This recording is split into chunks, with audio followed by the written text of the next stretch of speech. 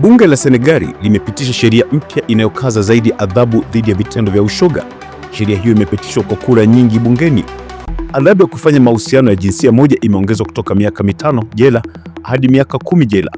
Faini imeongezwa hadi shilingi milioni 45 za Tanzania.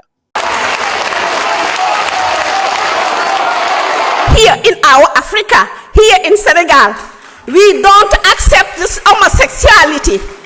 That's not in our culture, that's not in our tradition.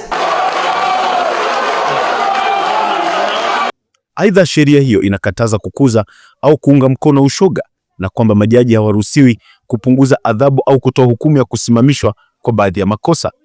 Sheria hiyo ilikuwa ahadi ya kisiasa ya serikali mpya baada ya uchaguzi wa mwaka 2024 chini ya Rais Bassirou Diomaye Faye na Waziri Mkuu Ousmane Sonko.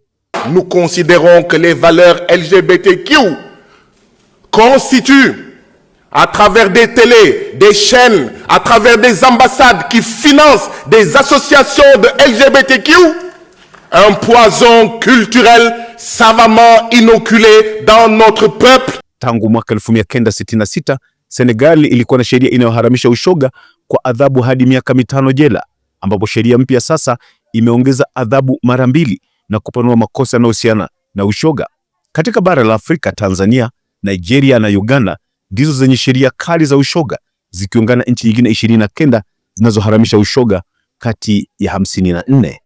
Na hiyo ndiyo hali halisi ya leo duniani. Usisahau kusubscribe, kushare na kucomment.